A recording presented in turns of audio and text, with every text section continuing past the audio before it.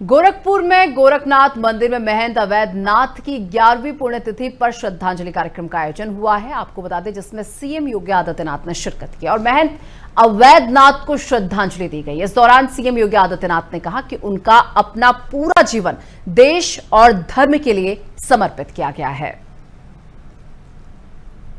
मैं सबसे पहले पूज्य महाराज जी की आज 11वीं पुण्यतिथि है। इस अवसर पर उनके श्री चरणों में नमन करते हुए गोरक्षपीठ की ओर से, उससे संबद्ध संस्थाओं की ओर से उन्हें विनम्र श्रद्धांजलि अर्पित करता हूं। पूज्य महाराज जी का सानिध्य गोरखपुर वासियों को, पूर्वी उत्तर प्रदेश वासियों को और देश भर के सनातन धर्मावलंबियों को बहुत नजदीक से मिला था। पूरा जीवन ही उन्होंने देश और धर्म के लिए समर्पित किया था।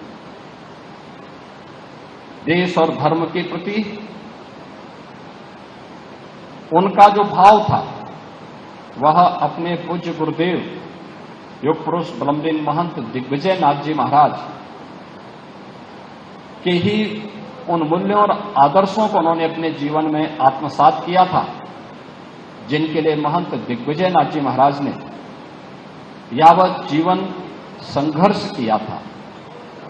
और उन्हीं मूल्यों और आदर्शों के लिए ये दोनों संत जीवन पर्यंत लगे रहे। याद करिए, जब यह देश गुलाम था, 1932 में उन्होंने महाप्रताप शिक्षा परिषद की स्थापना की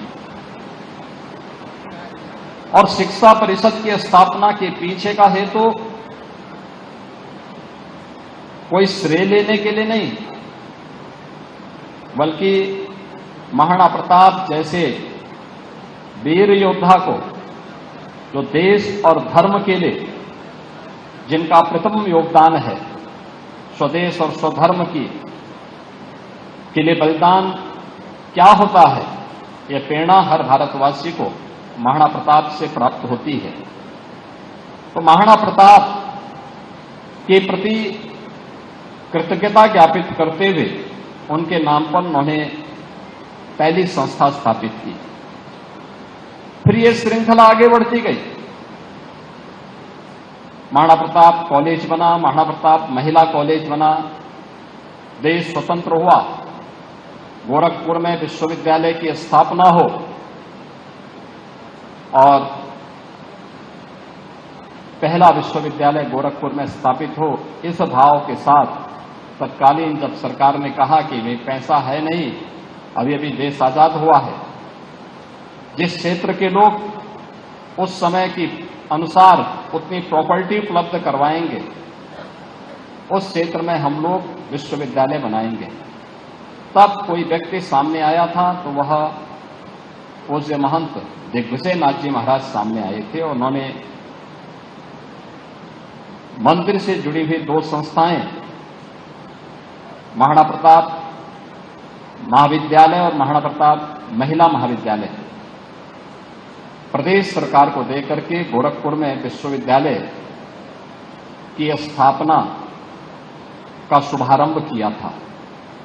इसके बाद महिला शिक्षा को लेकर के, तकनीकी शिक्षा को लेकर के, आयुष की शिक्षा को लेकर के, एक संस्कृत की शिक्षा को लेकर के, यानी जीवन के हर एक पक्ष को लेकर के जहां यह अभियान चल रहा था, क्योंकि वो जानते थे किसी भी सभ्य समाज और सशक्त राष्ट्र की आधारशिला एक गुणवत्तापूर्ण शिक्षा ही हो सकती है, संस्कारों से युक्त शिक्षा ही हो सकती है। एक और इस पर ध्यान देना।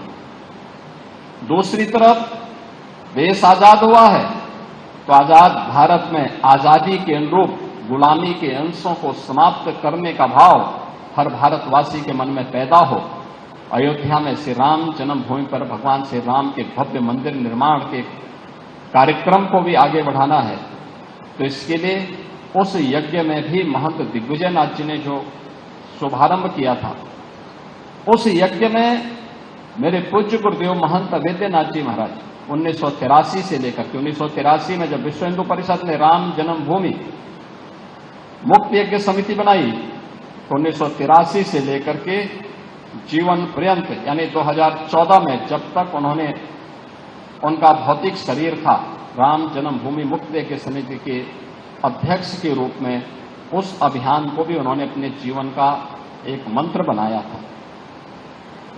समाज को तोड़ने की वाली ताकतें लगातार काम कर रही हैं, इससे भी वे चिंतित रहते थे और इसके लिए यावत जीवन सामाजिक समरसता के लिए कार्य करना है, छूआछूत और अस्पृश्यता के खिलाफ अभियान चलाना है, लगातार इन सभी के लिए कार्य करते रहे।